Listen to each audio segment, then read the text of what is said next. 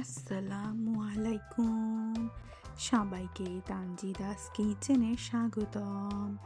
আজকে চিকেন শামি কাবাব রান্না করব। এখানে একটা বড় পাত্রে আমি 2 কাপ ডাল নিয়েছি। বুটের ডাল আর খেসারির ডাল 1 কাপ করে। হাড় ছাড়া বুকের মাংস নিয়েছি। 2 টেবিল চামচ আদা বাটা পেস্ট দিলাম।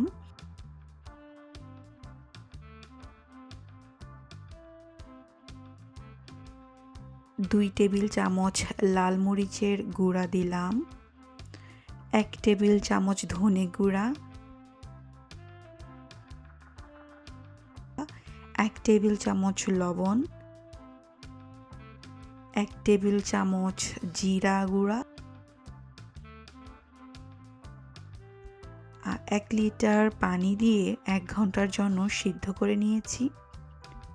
মাংস আর ডালের পুর সিদ্ধ হয়ে আসলে ভালো করে মেখে নেব।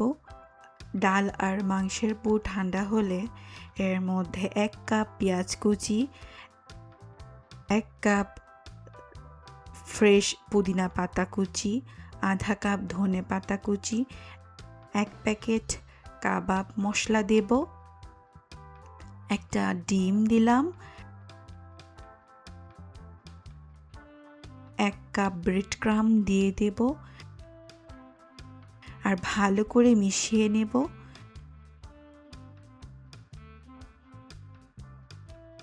হাতে তেল মাখিয়ে গোল গোল কাবাবের আকৃতি দেব।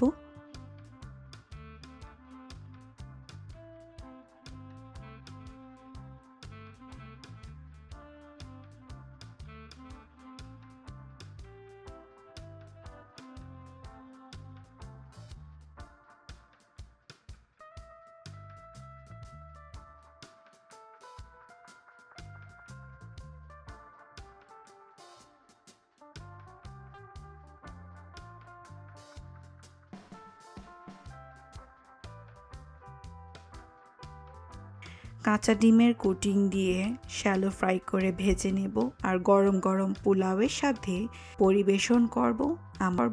আমার এই সহজ মজাদার রেসিপিটি রিটেন জানতে ভিজিট করুন www.tanjidaskitchen.com আর লাইক, কমেন্ট, সাবস্ক্রাইব করে আমার পাশে থাকুন। আল্লাহ হাফিজ।